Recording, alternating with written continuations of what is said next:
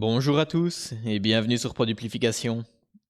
Dans cette vidéo, nous allons donc poursuivre et finaliser la mise en forme du tableau de bord de notre fichier de suivi de covoiturage en insérant donc comme sur notre fichier d'exemple deux graphiques, un premier graphique en camembert pour simplement voir la répartition des kilomètres entre les différents conducteurs et un deuxième graphique cette fois-ci à colonne pour voir le nombre de kilomètres parcourus en valeur absolue par chacun de ces mêmes conducteurs.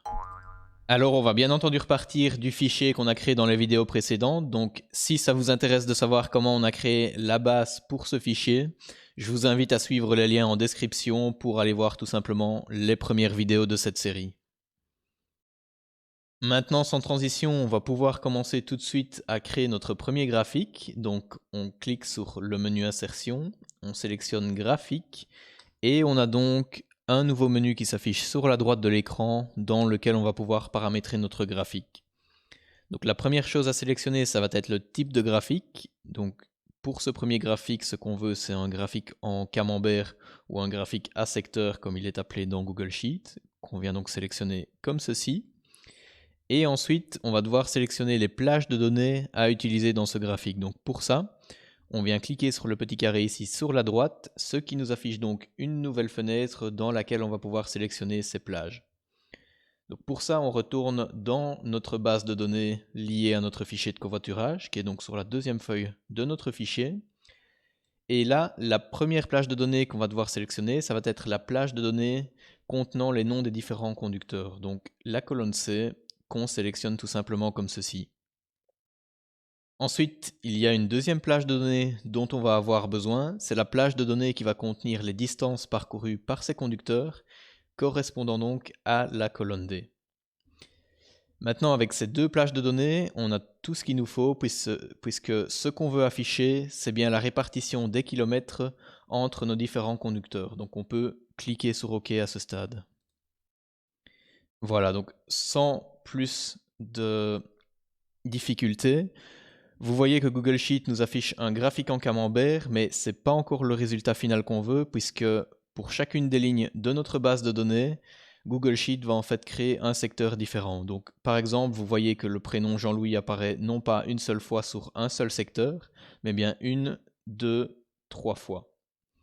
Nous, ce qu'on veut, c'est pas du tout ça. Ce qu'on veut, c'est voir la répartition entre les différents conducteurs, donc qu'un seul et même secteur soit associé à un seul et même conducteur. Et pour ça, on va tout simplement sélectionner la case à cocher données cumulées que vous voyez ici sur la droite, ce qui va donc permettre d'indiquer à Google Sheet que l'on souhaite rassembler toutes les données relatives à un seul et même conducteur sur un seul et même secteur pour pouvoir donc voir la répartition entre nos différents conducteurs.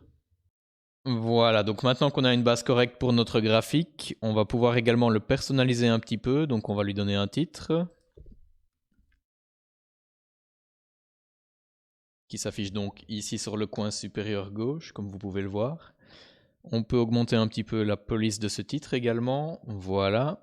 Et ce qu'on va pouvoir faire aussi, c'est augmenter un petit peu la taille de la légende du graphique. Voilà, comme ceci, on voit déjà un petit peu mieux les différentes répartitions entre les différents conducteurs.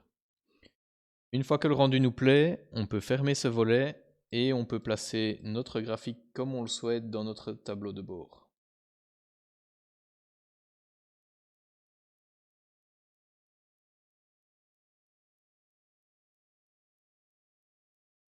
Ensuite, on va donc pouvoir insérer le deuxième et dernier graphique de notre tableau de bord en cliquant encore une fois sur Insertion graphique. Alors ici, pour le type de graphique, on veut bien un graphique à colonne, donc pas besoin de le changer cette fois-ci. Pour les plages de données, on va procéder de la même façon que pour le graphique précédent. Donc on clique encore une fois sur le petit carré ici, on retourne dans notre base de données et on sélectionne tout d'abord la colonne avec les noms des conducteurs pour ensuite rajouter la colonne avec les distances parcourues par ces conducteurs. On clique sur OK et de la même façon que pour le graphique précédent, par défaut, Google Sheet ne va pas accumuler les données entre les différents conducteurs. Donc, il nous reste donc à cliquer encore une fois sur la case à cocher données cumulées pour pouvoir voir le nombre de kilomètres total parcourus par chacun de nos conducteurs.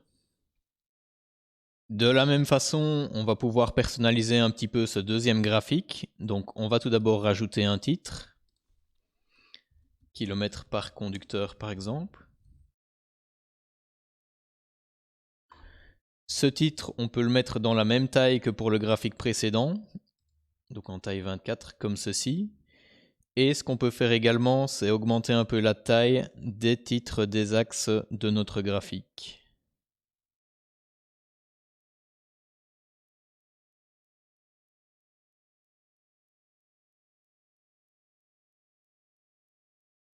Voilà, donc une fois que le rendu vous convient, vous fermez encore une fois le volet ici et vous positionnez votre graphique comme vous le souhaitez dans le tableau de bord.